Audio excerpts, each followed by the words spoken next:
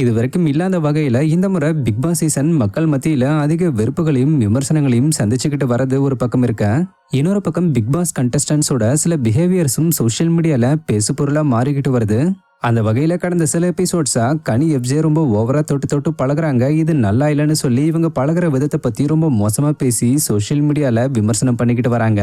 இந்த நிலையில கனியோட தங்கச்சியும் நடிகையுமான விஜயலட்சுமி ரீசெண்ட் இன்டர்வியூ ஒண்ணுல இதை பத்தி பேசியிருக்காங்க. ஆக்சுவலா அவங்க என்ன சொல்லிருக்காங்கன்னா, பிக் பாஸ்குள்ள போற எல்லாருமே வெளியில பிஆர் டீமை வச்சு மத்த கண்டஸ்டன்ஸ் எல்லாரையுமே டிஃபேம் பண்றதுக்கான வேலைகள் எல்லாம் பார்த்துட்டு தான் போயிருப்பாங்க. இதை நம்ம ஒண்ணுமே சொல்ல முடியாது, ஏன்னா இதுதான் பேட்டர்னு.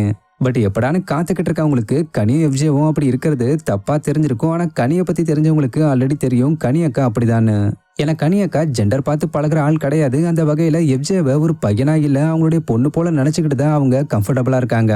இருந்தாலும் எங்க அக்கா மேல ஒரு சின்ன கோபம். என்னன்னா இங்க இந்த ஷோவை பாக்குறவங்க எல்லாருமே கழுகுகள் தான். ஸோ அவ்வளோ பெரிய ஸ்டேஜில் அவேர்னஸோடையும் கான்சியஸோடையும் இருந்திருக்கணும்னு நினைக்கிறேன். அதே நேரத்தில் அவங்க கிட்ட இருக்கிற ஒரு விஷயம் என்னன்னா, கனியால நடிக்க முடியாது, யார் என்ன நினைச்சா என்ன, நான் இப்படி தானே இருக்கக்கூடிய ஆள் அவங்க.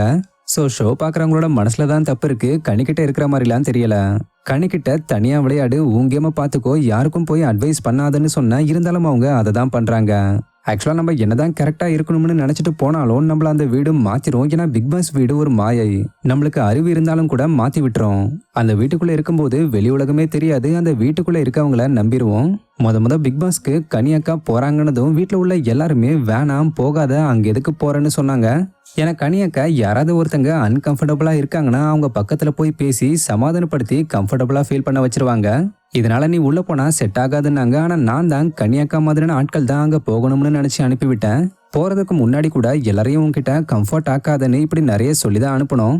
பட் அவங்க அவங்களாதான் இருப்பாங்கன்னு நினைச்சோம், இப்ப அதே மாதிரி தான் இருக்காங்கன்னு தன்னுடைய அக்கா கனியை பத்தி ஆக்ட்ரஸ் விஜயலட்சுமி சொல்லியிருக்காங்க.